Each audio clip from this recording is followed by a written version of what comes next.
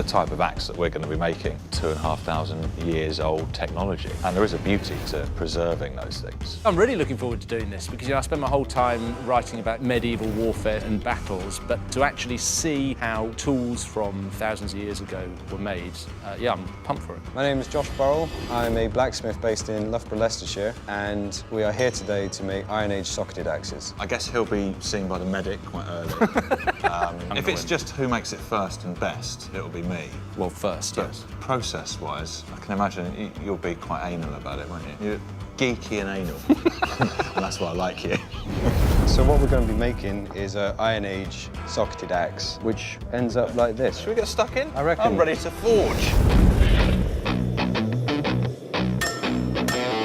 Try and keep it flat on the anvil as much as possible. Down he goes, onto the old forgy. So you can come from a little bit higher and slow down the hammer blow. That's it. I reckon that is at least a millimetre wider. I than it think started. we could measure it and find out. We started off at 40 and we are now 43. 43. That's That's we what go. I'm talking about. You sort of feel the clock working against you as that colour starts to fade out of it, don't you? Let's look at how wide you are, because I think you're pretty much at width. The next bit is actually my favourite part of the process. We're going to take it from a flat thing and initiate the bend, which makes it into the socket shape. Hook it on, best you can, tap him down towards me. Give it a hit. Not quite. Yeah. I'll do it, I think. Don't Might love be a- it. might be a Don't little- love it. Actually quite satisfying when you start to see it look like... Yeah, look like a nice. thing, yeah. We're going to chemically clean this surface, and this is essentially a high-temperature acid called a flux. I've only ever heard the word flux used with regard to dysentery. Oh, really? The bloody flux. Oh, grim. Or the flux capacitor in Back to the Future. Or the Yeah. flux capacitor. So I'm going to get it hot, wire brush that surface to get physical particulates off, Yes. get my steel up to a hot temperature as well. Yep.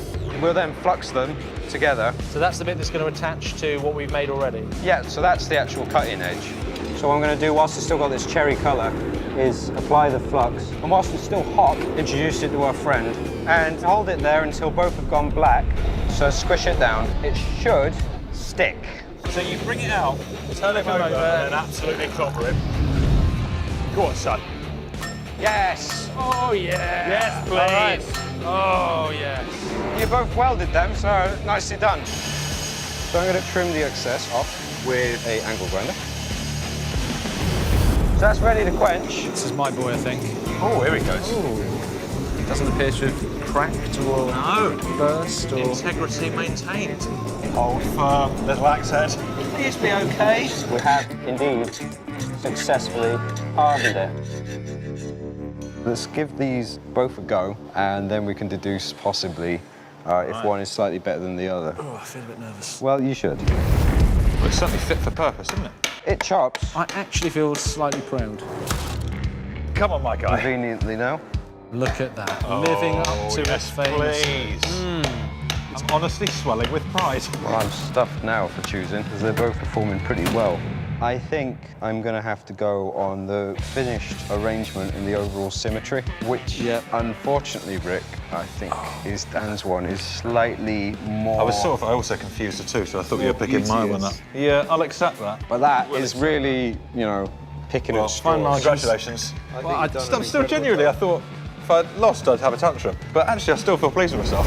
Today was brilliant. Both guys excelled in quite surprisingly different ways, actually. Both axes were really spot on. The level of craft and accuracy, strength, it's really kind of breathtaking, actually. The contestants on Forged in Fire, they're doing a really tough but also incredibly technical job. So yeah, I got massively more respect for them. It felt great to have created something like this out of a small piece of metal, but it felt even better just to beat Rick.